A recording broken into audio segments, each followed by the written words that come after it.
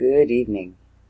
I am sharing this because these are sundogs, but they can't be sundogs because there's no sun. So I guess they're called moon dogs, but I don't see a moon either. So these are just some dogs just hanging out, I suppose. So I just wanted to do a quick share on these dogs in the dark. And I've not seen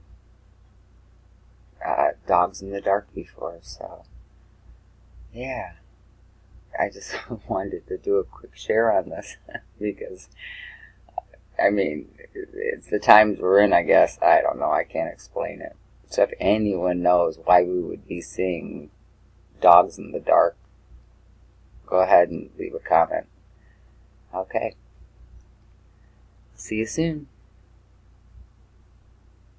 Unbelievable, isn't it? Where would they be coming from? Really?